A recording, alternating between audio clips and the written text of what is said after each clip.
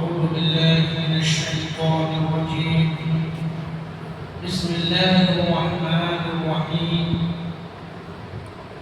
ولو شاء ربك لجعل الناس أمة واحدة ولا يزالون مختلفين إلا من رحم ربك. اللہ تبارک و تعالیٰ اس آیت کریمہ میں یہ بیان فرماتا ہے کہ اگر تیرا رب چاہتا تو لجعل الناس تمام لوگوں کو ایک ہی امت میں بنا دیتا، ولا یزالون مختلفین، وہ تو برابر اختلاف کرنے والے رہیں گے، مطلب لوگوں کے درمیان ہمیشہ اختلاف رہے گا، الا من رحم ربک، سوائے ان کے جن کے اوپر تیرے رب کی رحمت ہوگی، ان کے درمیان اختلاف نہیں ہوگا۔ وَلِذَلِكَ خَلَقَهُمْ، کیونکہ انہیں اس لیے پیدا کیا گیا ہے تاکہ آزمایا جائے، ان کا امتحان لیا جائے۔ وَتَمَّتْ كَلِمَةُ رَبِّكَ، اس طریقے سے تیرے رب کی بات مکمل ہوئی۔ کیا تھی تیرے رب کی بات؟ لَأَمْلَأَنَّ جَهَنَّمَ مِنَ الْجِنَّةِ وَالنَّاسِ أَجْمَعِينَ، کہ اللہ رب العالمین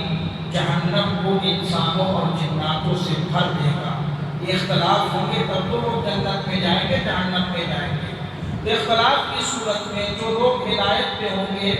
جو حضرت ابراہیم علیہ السلام کے ملت پہ چلنے والے ہوں گے، ملت واحدہ پہ، انہیں تو اللہ تعالیٰ جنت نصیب فرمائے گا، لیکن کچھ ایسے لوگ بھی ہوں گے جو اختلاف میں پڑ جائیں گے، انہیں اللہ رب العالمین جہنم نصیب فرمائے گا۔ تو قیامت کے دن دو قسم کے لوگ ہوں گے، ایک تو جنتی ہوں گے، ایک جہنمی ہوں گے۔ اسی آیت کے ذکر میں ایک حدیث ہے نبی کریم صلی اللہ علیہ وسلم کی کہ جنت اور جہنم دونوں آپس میں لڑنے لگے، جھگڑنے لگے۔ جنت نے کہا کیا بات ہے کہ میرے اندر صرف غریب لوگ ہیں، معاشرے کے سب سے کمزور لوگ آئے ہیں۔ اسی پر جہنم نے کہا جنت سے، دیکھو میرے اندر تو بڑے جذبات قسم کے لوگ آئے، میرے اندر تو بڑے متکبر قسم کے لوگ آئے۔ تو اللہ تبارک و تعالیٰ ان دونوں کے درمیان ان دونوں سے کہا اے جنت، تو میری رحمت کا مظہر ہے، میں تیرے ذریعے سے جس کو چاہتا ہوں اپنی رحمت سے نوازتا ہوں، یعنی اس کے اندر داخل کرتا ہوں۔ پھر اللہ نے جہنم سے بھی کہا اے جہنم، تو میری عذاب کا مظہر ہے، تیرے ذریعے سے میں جس کو چاہتا ہوں عذاب میں مبتلا کرتا ہوں۔ تو اللہ رب العالمین جس کو چاہے گا جنت میں داخل کرے گا، اللہ جس کو چاہے گا جہنم میں داخل کرے گا۔ اس سے ایک اور بات اس حدیث سے پتہ لگا کہ جہنم میں کون لوگ ہوں گے؟ جو متکبر قسم کے لوگ ہوں گے، جن کے اندر گھمنڈ ہوگی، انا ہوگی، ایسے لوگ جہنم کے اندر رہیں گے۔ جس کے دل کے اندر رائی کے دانے کے برابر بھی تکبر ہوگا، وہ جنت میں داخل نہیں ہو سکتا، بلکہ اس کا ٹھکانہ جہنم ہے۔ اور جنت میں کون لوگ زیادہ ہیں؟ غریب ہیں، معاشرے کے کمزور لوگ ہیں، جن کو ایک وقت کے کھانے کے بعد دوسرے وقت کی ضرورت پڑتی ہے، ایسے لوگ سب سے زیادہ جنت کے اندر ہیں۔ وَكُلًّا نَقُصُّ عَلَيْكَ مِنْ أَنبَاءِ الرُّسُلِ مَا نُثَبِّتُ بِهِ فُؤَادَكَ، اے نبی صلی اللہ علیہ وسلم، یہ رسولوں کے جو تمام قصے ہم آپ کے اوپر بیان کر رہے ہیں، یعنی اس صورت کے اندر جو رسولوں کے قصے بیان کیے گئے، ان کی قوموں کے حالات جو بیان کیے گئے، ان حالات کے بارے میں اس صورت کی اخیر میں اللہ تعالیٰ اپنے پیغمبر سے کہتا ہے اے نبی کریم صلی اللہ علیہ وسلم، وَكُلًّا نَقُصُّ عَلَيْكَ مِنْ أَنبَاءِ الرُّسُلِ، ہم رسولوں کی جو خبریں تمہیں بیان کر رہے ہیں،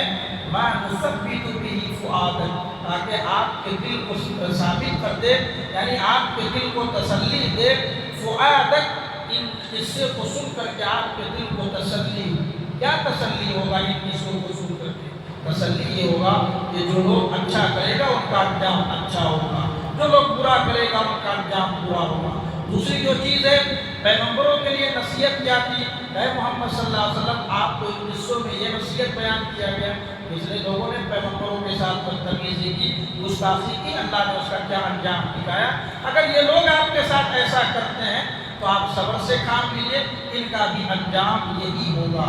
وَجَاءَكَ فِي هَٰذِهِ الْحَقُّ وَمَوْعِظَةٌ وَذِكْرَىٰ لِلْمُؤْمِنِينَ،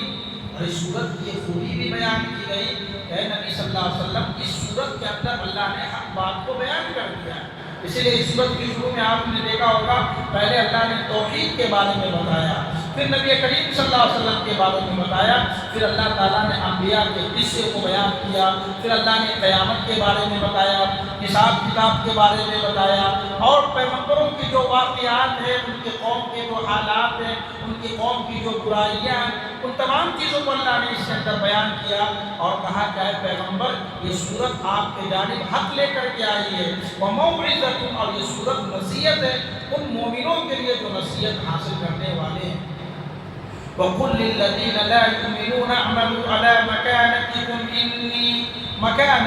إِنَّا عَامِلُونَ۔ اے نبی صلی اللہ علیہ وسلم آپ ان لوگوں سے کہہ دیجئے لا یؤمنون، جو لوگ ایمان نہیں لاتے، اعملوا علی مکانتکم، کہ تم اپنی جگہ پر عمل کیے جاؤ، یعنی جو تمہارا عمل ہے وہ کیے جاؤ، اپنے عمل میں سدھار مت لاؤ، یعنی اپنے عمل میں جو تم غیر اللہ کو پکار رہے ہو، غیر اللہ سے مدد طلب کر رہے ہو، باپ دادا کے طریقے پہ جو تم چل رہے ہو تم ویسے ہی چلتے رہو، کوئی مسئلہ نہیں، تم عمل کیے جاؤ اپنی جگہ پر۔ اِنَّا عَامِلُونَ، میں بھی عمل کیے جا رہا ہوں، میں بھی عمل کرتا ہوں، تمہارا جو طریقہ ہے عمل کرنے کا تم اس پہ کیے جاؤ، میرا جو طریقہ ہے میں اس پہ عمل کرتا ہوں۔ وَانتَظِرُوا إِنَّا مُنتَظِرُونَ، تم بھی انتظار کرو میں بھی انتظار کرتا ہوں۔ کیا مطلب تھا؟ یعنی کون صحیح ہے کون غلط ہے یہ جلد اللہ رب العالمین اس کا فیصلہ کرے گا۔ جب مکے کی سرزمین پہ پیارے نبی صلی اللہ علیہ وسلم نے دعوت و تبلیغ کی شروعات کی